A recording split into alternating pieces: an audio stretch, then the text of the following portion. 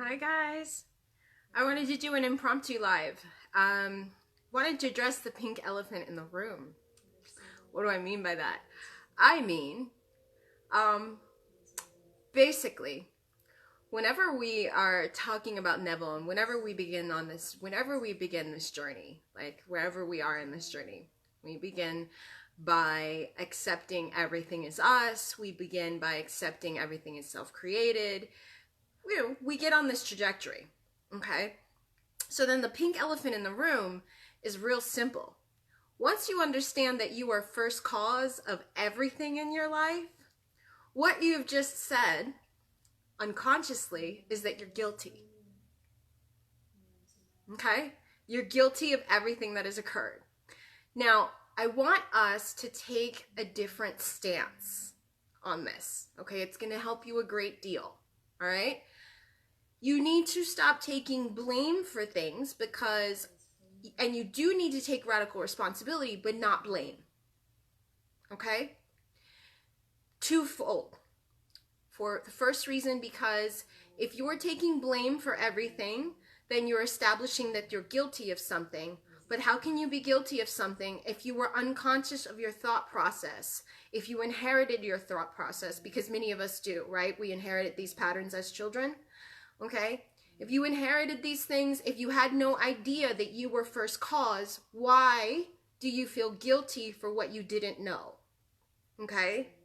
So it's very, very important, first and foremost, that just because you've created your reality does not mean that you are to blame for it.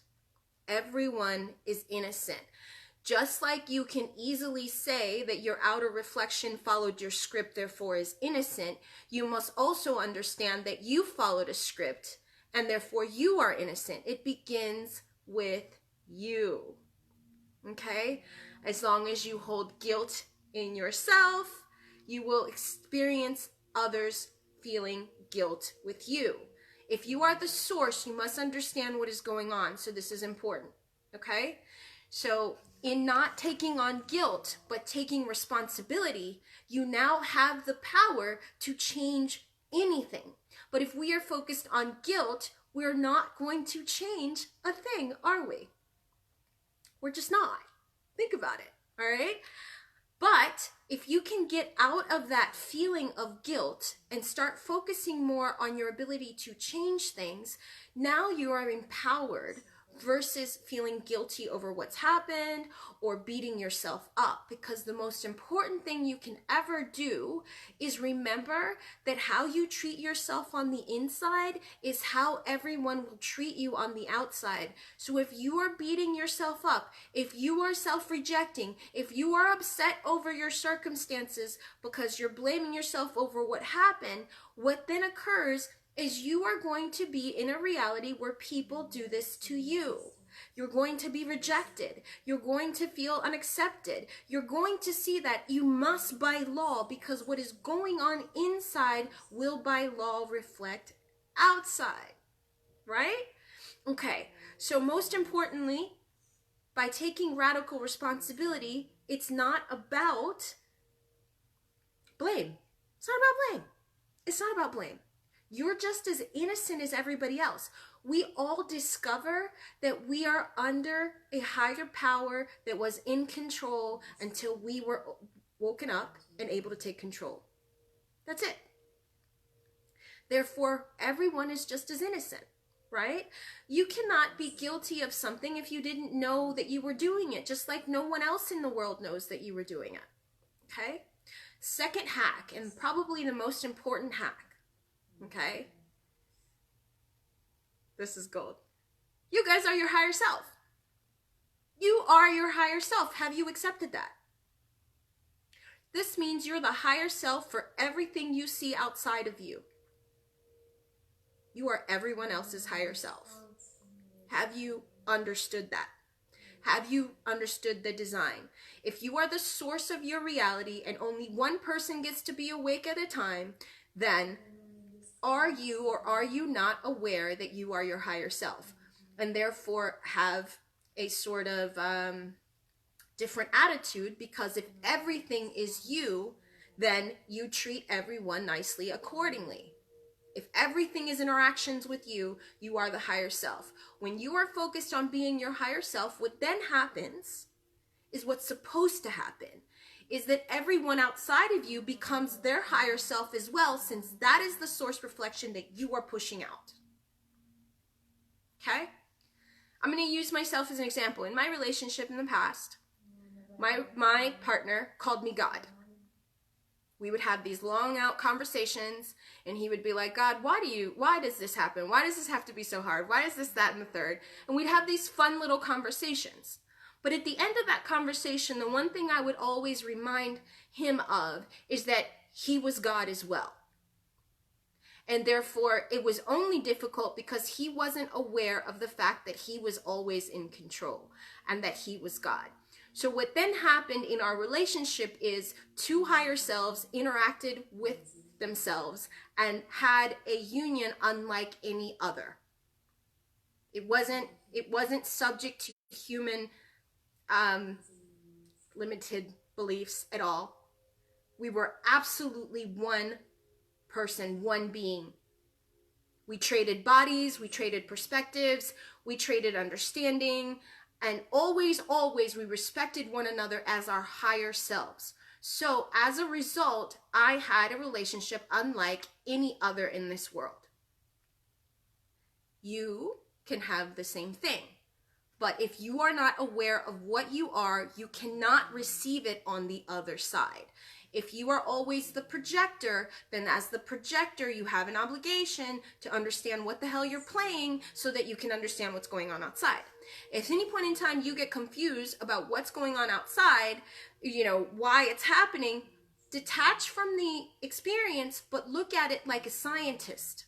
Like a scientist who has an experiment and he's slowly adding this liquid to this beaker in order to see what happens. But detached from the outcome is just observing. That's what you need to do when the world starts to stress you out. You need to start observing what it is that you're thinking, because the entire world can only show you your consciousness on display. Your experiences are happening 100% of the time. What you will learn is you will see behind the veil, you will see through people, you will see walls, you will see through time and space. You will be exactly like I am. Because this is true of everybody. Okay? To the degree that once someone dies, supposedly, in this reality, you will see how they've become another body. And you will see how nothing can die. And you will see how you are the source projector of every experience you will ever have in your life. In fact, you will get so good at it that you can look around and you can see that the result of where you're living is a conglomerate of all of your living experiences that maybe you had when you were 2, 5, 4, 10, whatever, 20, whatever. And now that you're like 35 or 40 years old, you can see why your house looks the way that it does. You can break down reality to that finite of a detail because it's always you and your living memories on display. That's it. That's it and that's all. Okay? So that's what I wanted to address. Get rid of the guilt. You are not guilty of anything. If God knows you're innocent, why don't you?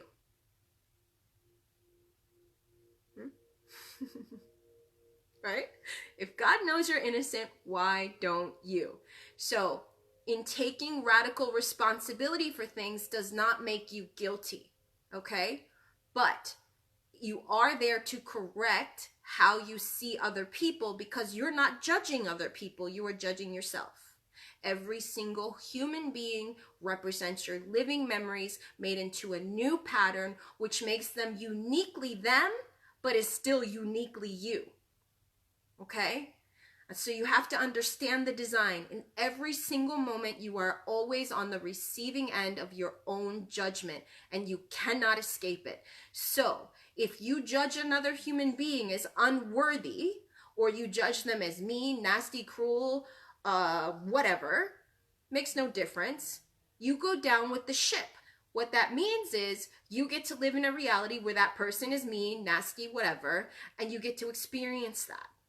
You get to experience that. You went down with the ship. Okay? So in every occasion, if you are your higher self, how are you going to see and judge what you're seeing outside? As your higher self, you're going to see their perfection. As your higher self, you're going to appreciate how they're you. As the higher self, you're going to understand the image in which the entire world is made of for you, by you, and through you. Because the only reason this universe exists, this imaginary thing exists, is so that you can know yourself. That's it. So you can know yourself. So you can understand that you're unlimited, that the whole thing is yours, that, you know, if you are seeing in the world, you're seeing lack and poverty, then you owe it to yourself to stop holding those beliefs so that you don't experience it. In every instance, what you must learn to do is reverse that trajectory, turn those thoughts inward, and understand that you are only on the receiving end of everything that you are. And everybody's innocent. Everyone shows you inside of you, okay? And so we have to understand that, we have to accept it. That doesn't mean we have to feel guilty about it. There's no guilt, okay? I'll quote the Course in Miracles, okay? The peace of God lays in knowing nothing real can be threatened. Nothing real can be threatened, and nothing unreal exists. Okay? What that means is, in this world, everything's imaginary, everything is only going on in your head, but you do need the solid experience of having any experiences. Although they are self-created, they are meant for your learning. There is nothing good or bad. You either learn what not to do or what to do, but they're not good or bad experiences. You are learning by design, and you're learning by interaction, because, again, I'll use the analogy of the surgeon. Which surgeon do you want? Do you want the surgeon that actually has experience, or the one that's only read how to do something in a book? That's what you need to remember. You are that surgeon. You are here to learn from your experiences, and nothing is good or bad. It's always happening in your favor. Next, foremost thing that you need to remember, fear and worry got to go out the door. You've been told 300 times, at least, not to fear. And I actually had someone tell me that it says don't worry 365 times. Don't worry. Why would you not worry? Why would you not fear? Well, to be honest, if you are the source and you are the vortex, the universe is set up to bring you exactly what you want. Your desires are already given. They're already given. You have nothing to fear. You have nothing to worry. Even when something looks absolutely bad, it is still working in your favor. It's always working in your favor. A broken limb actually turned out to be the best thing that ever happened, because maybe it stopped you from doing something that you wouldn't have wanted in the first place, right? But at first it feels as if the broken limb was the worst thing that could happen. Turns out it's the best thing that happens. But until you understand the design, you have to stop being worried and fearful of things, because only in that instance are you creating your own obstacles. You have to understand this universe is a blank canvas. It does not exist without you. It is absolutely blank. Zero things are occurring. Okay? It's blank. What you are seeing is what you put into it. So in becoming present to what you are saying and what you are projecting, you can then enjoy being in the design, being behind the veil, understanding that you are the intelligence behind everything you see.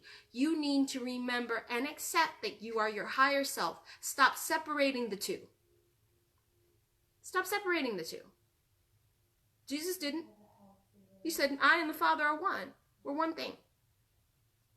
Okay? That means I am one with my super consciousness, and therefore have access to my super consciousness, and I have nothing to fear. Okay? I'm going to give this analogy one last time. I give it to all of my clients. I want you guys to also have it. Okay? The analogy is really simple. The outer world is like a mouse. It's a mouse. It's one of many mice that exist. Okay? It's a mouse. Okay? You, as your higher self, you're the lion. You're the lion. Bottom line. All right? You're the lion. So, When you tell me I'm afraid of my outer reality, what you are saying is, I'm afraid of a mouse even though I'm the lion. Does that make sense to you? It really shouldn't. It really shouldn't, okay? And that's because if the outer reality can only show up as you are, but you are greater than your circumstances and every single circumstance is set up for you to prove this to yourself, then beginning with that understanding is a very healthy way to deal with your outer reality. You are greater than your circumstances. When you set up an illness and it seems like it's the worst thing that you can ever experience, let me just say this, okay? First and foremost, where's your faith? You were made perfect. You should know you were perfect. You should know you cannot be unhealthy. So if you cannot be unhealthy, why are you buying into the mouse's story when the lion gets to say what it is? Okay? You set up these circumstances, no matter what they are, to demonstrate your faith. Faith is typically formed in the fires of affliction because only then do we snap out of the illusion being in control and we take control of the illusion. This is the only way you can demonstrate your power to yourself. So a lot of the times what we do is get unconsciously hooked into the design and say, the design is bigger than me, oh my God. In fact, that's what depression is. Depression is thinking that the design, that everything that you're seeing outside is bigger than you, but the truth is, it's only because you are depressed that you're seeing depressing things outside of you. So they became everything that you are inside. And so in depression, usually what we're trying to do is escape ourselves. Okay? So remember these things, you guys. Remember these things because you have control over your reality. And as the lion, you should not be afraid of the mouse. Ever. Never. You know? This design is wholly perfect. I can't begin to describe how beautiful it is to see yourself in every dimension, in 8 billion people at once. It is the most beautiful, most incredible, most gratifying, most amazing experience to realize that every single human being pretends not to be you so you can see yourself. And that's what we do in this world. I'm pretending in order for me to have a body that I am not everyone else in order for me to experience myself in the outer world. But it's like a video game. Treat it as such. Have fun. It's designed this way. But if you're busy worrying and fearing and feeling guilty over what you've created, what you're doing is focusing the wrong way. You're focusing your attention on what has happened and not being present, and therefore trapping yourself in a 3D box. You have to remember, as the projector of your reality, you can only see where you're focused on. You are the lamp underneath the feet of everything that you see. You are that lamp, and your eyes can only show you what you're thinking inside. You cannot see without your brain firing some synapses in order to see what you're seeing. I know this because, and I can give myself again as an example, I don't need science to tell me this stuff. I know it because when my son went into a coma, he was barely above a coma, so barely awake, so he was in a vegetative state, but he also, the damaged part of his brain was the part that was enabling him to see. Therefore, he was blind for the last year of his life, okay? And your brain works that same way. Without your inner understanding of your model of every conception you have inside your head, you cannot see it in the outer world. But it is always working as like an echolocation and feeding you what you give it. And that's the only thing. So there's your power. There's your lion power. If you can remember that, then you have nothing to fear. To me, fear is the most silliest emotion ever. Because fear is only going to serve me if I'm in the ocean and I see a shark. Because now my survival instincts got to kick in. And now fear serves me. But that's the only way that fear is going to serve me. It's never going to serve me in a situation where I'm fearful, doubting, or worrying. Because what I'm doing in that moment is blocking my good from coming to me. It's the only thing I'm doing. I'm creating obstacles where they're not. You are your higher self. You are the only one that you need to convince. In fact, if you are looking for love, you need to begin with you. You need to begin with you. End of story. What are you believing about yourself? And if ever you are not sure, then you can look outside and people will show up to show you what you don't realize you're thinking. So it's still helpful, because the biggest skill we can ever have as manifestors is learning to use that contrast and repurposing it. That's the greatest skill. And you know why it's the greatest skill? Because people become famous because of it. I.e., I'll give you some examples, some that I actually love. Maya Angelou is someone that, she's an Andromedan soul that was here on this planet to teach this, and she proved it beyond a shadow of a doubt. She was put into some horrible things as a childhood, but she found her voice, repurposed it, and became someone who interacted even with the president of our country. Not limited, repurposed. Oprah, she's laughing all the way to the bank. Okay? Same circumstances, same ugly situations. She repurposed it. She didn't live in the past. She repurposed her past and did not let it hold her down. Another example, Tina Turner. Her greatest hit song was based on the fact that someone was beating on her. And she stepped out of that. She repurposed that, and she became famous for it. Now, I'm not saying that you guys need to be famous for it, but you do need to understand the power of repurposing contrast without attaching to contrast, and therefore creating the life you desire, because that's what we're here for. And we teach this every single day to every human being if we understand the purpose of the design. So there's no reason to fear it, but there is a purpose in redesigning what you've seen. You get really good at repurposing contrast, and you don't fear it. You expect the best, you trust the best, and then the higher power that is you, because you are the higher self, takes care of it for you. You don't even have to know how. You don't have to know how. Do you know how awesome it is to not have to know the how, the why, the there, because someone else is going to take care of it for you? And that someone else is a higher aspect of yourself that is definitely you, but is the part of you that is not limited to what you have known. This part of you is connected to your heart sense, not your rational mind. In this world, we cannot be double-minded. We cannot be split. We have to maintain our heart-brain coherence, you guys. Okay? Our heart is registering what is. Your desire, meaning of the Father, is of your own consciousness, yes, but your heart, because it has extrasensory neurites, can see what your brain cannot. Because your brain can only see what your eyes say is in front of it. Your heart, however, is the middle point between the spiritual side of your nature and the physical side of your nature. It stands right in the middle. Therefore, it has an expanded view. It has the view that is the 0 point field where all possibilities exist, so it is not limited by what you think is real. So it behooves us all to hold on to this heart sense in order to see better, in order to have faith better, in order not to be afraid of what is going on, and in order not to doubt.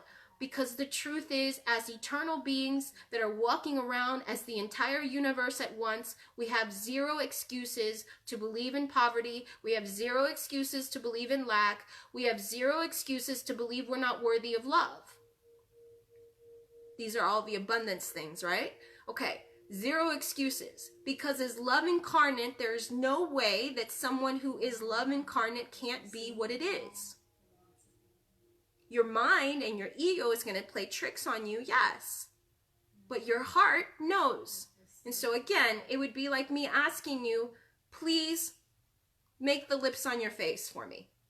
You're going to look at me and you're going to say, but my lips are mine. Right? They're mine. I can't make those.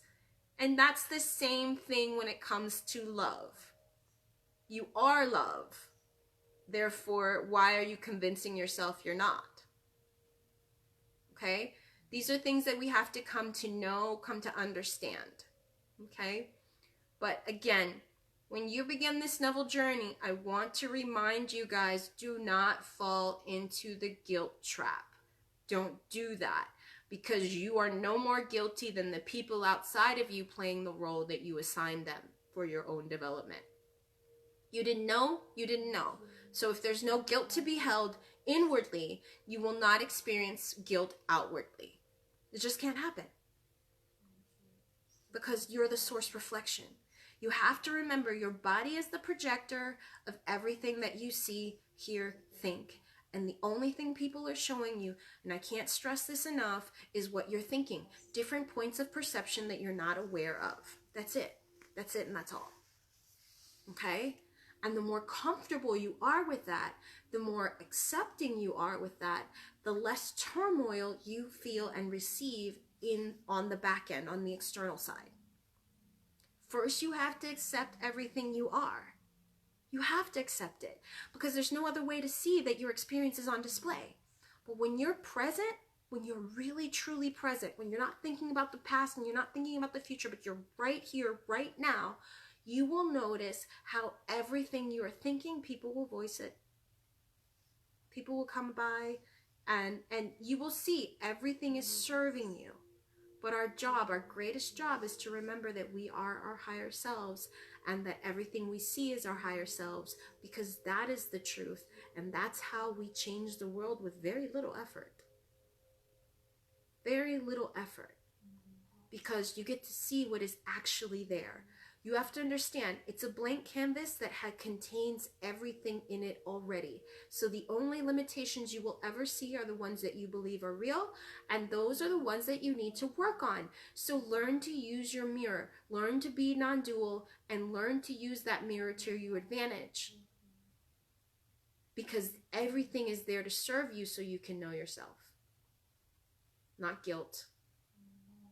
Not guilt. No one's guilty of anything. In fact, you're told over and over again how innocent you actually are. Okay? And when it comes to sin and people talk about sin, what they should be saying is, we missed the mark. We forgot that the world was set up this way. We missed the mark. That is the only sin we will ever commit, is not knowing who we are and not embracing that we are everything at once. Once we do, we don't serve two masters, and the world is a very different place. Okay?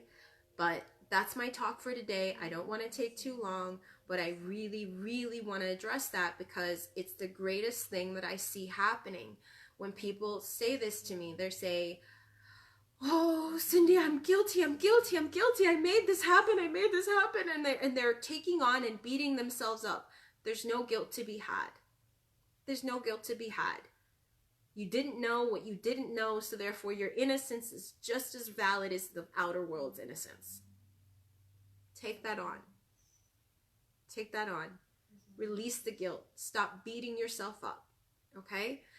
I'm telling you this for your own good, because I'm telling you that the outer world will only show up as you are out in the inside. So if you're going to hold on to that guilt, you will see a world full of guilty people. The design is what it is. Okay? All right, you guys. It's a brief talk. The next talk I'm going to do is basically, I'm going to talk to you guys about self-love a little bit more. The next talk I want to do is about self-love, because I want to talk to you guys about having healthy boundaries, about choosing yourself, about the difference between accepting bad behavior and knowing that you've created it. That's a very fine line in which people tend to fall into, where they want to turn the other cheek to avoid the reality. However, they're accepting bad behavior, and that's not loving to yourself. So we need to understand the difference. So I'll get more in depth in that talk. I don't want to do it today.